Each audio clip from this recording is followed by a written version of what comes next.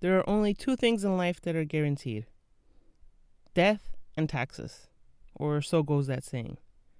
Paying taxes in the US is inevitable, but there are ways to lower your personal income taxes. And that's exactly what we're covering today. Welcome to Hustle Libraries. Let's get started. Have you heard of the Internal Revenue Code? These are the laws that govern how we pay taxes in the US.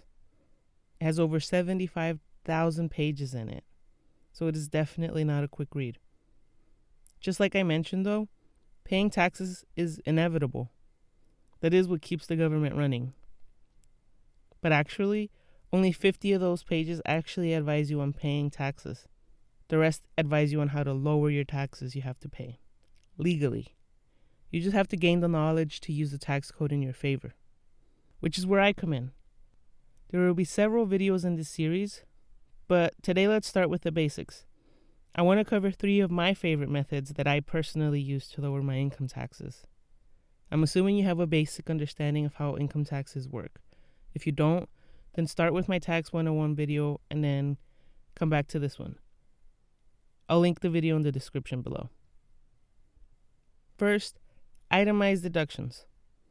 Most taxpayers are eligible to use this, but you should really only use this if your itemized deductions are greater than the standard deduction.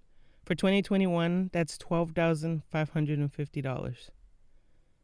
Itemizing your deductions just means you get to add up all eligible deductions and subtract them from your taxable income. These deductions include out-of-pocket medical and dental expenses, state and local taxes, including sales, property, and real estate taxes, charitable contributions.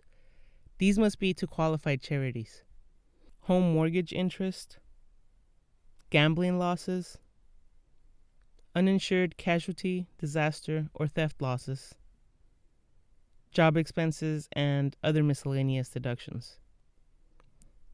If the total of these deductions is greater than the standard deduction, it's usually a good idea to itemize. Doing this will lower the amount of money you get taxed on more than the standard deduction, which will lower the taxes due. Keep in mind you have to meet certain requirements for each of these, and some have limitations. This is just a list of the bigger deductions available. Second, traditional 401ks and IRAs. These retirement accounts have so many benefits. Not only do they exist to help you save money for retirement, they actually lower the amount of money you get taxed on today.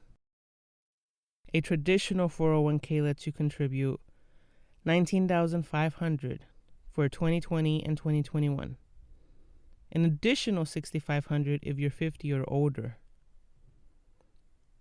A traditional IRA lets you contribute $6,000 in years 2019 through 2021.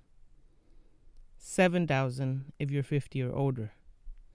So, if you are eligible and have access to these accounts, you can contribute up to $25,500 combined towards your retirement accounts. $33,000 if you're 50 or older.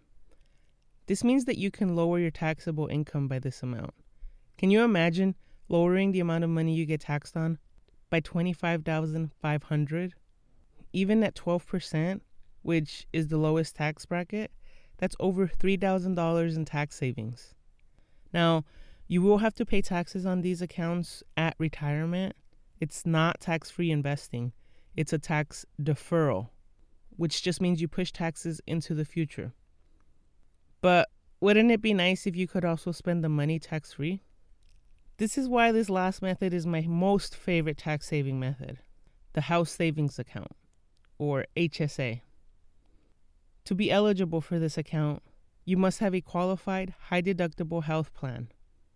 If you meet the requirements, you can contribute $3,600 as an individual or $7,200 for a family.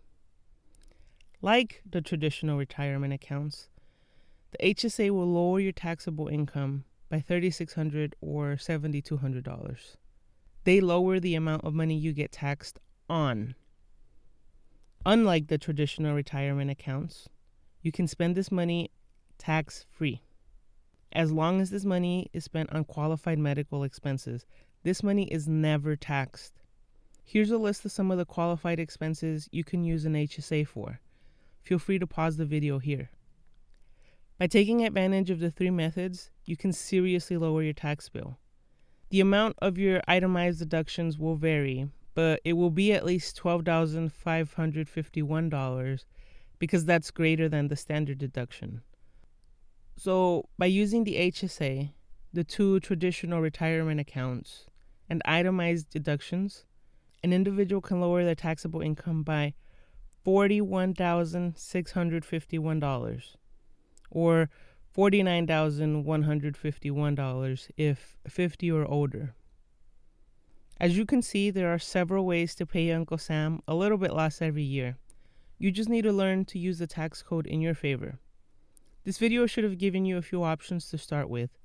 Stay tuned for the next video in this series where we'll uncover more ways to lower your taxes. So subscribe if you want to keep learning. Alright guys, that's all for today. See you next week.